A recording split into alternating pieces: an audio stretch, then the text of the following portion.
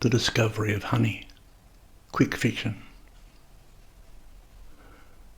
The olives are plump and lascivious with oil, and rosemary blooms pale blue throughout the islands.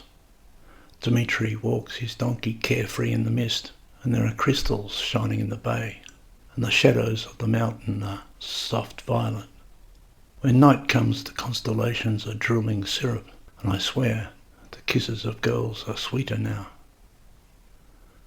I was there, not at the discovery itself, but when the party led by Themistocles returned. They left as skeptics. When they came back, they were dancing in agog, and they confirmed that it was true.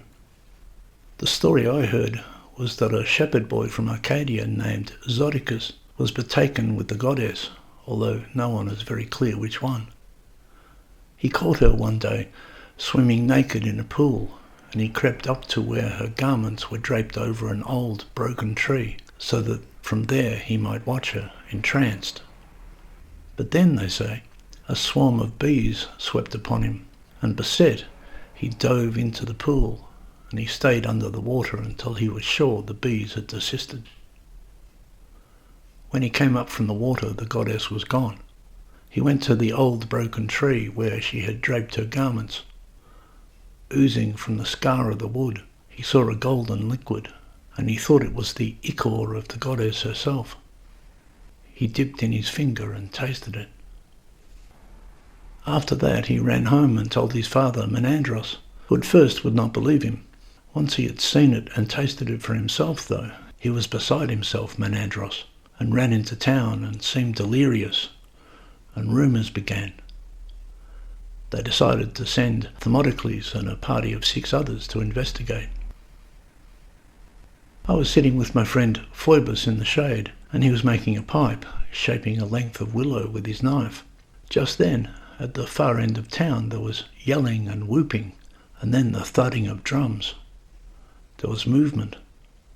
People started running. Themistocles had returned, and he had this ichor of the goddess dripping from his fingers. A man ran past.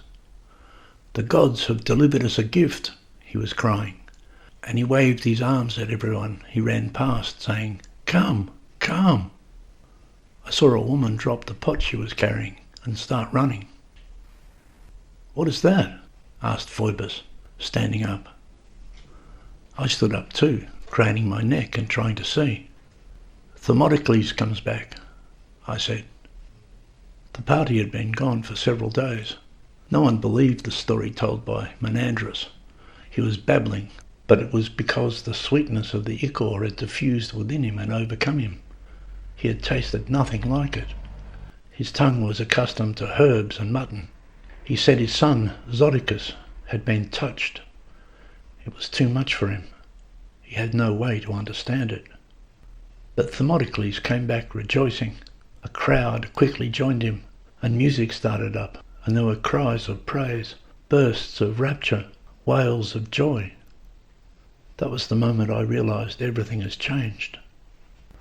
Phoebus had just then finished his pipe. He put it to his lips, played the first sweet note, and then, as if he was driven by a daemon, he danced off to join the crowd, whistling on his pipe as his feet danced and lifted. He seemed to be floating. Today they will take some of this ichor to the temple, and the priestess will taste it, and she will tell us what wondrous thing has happened.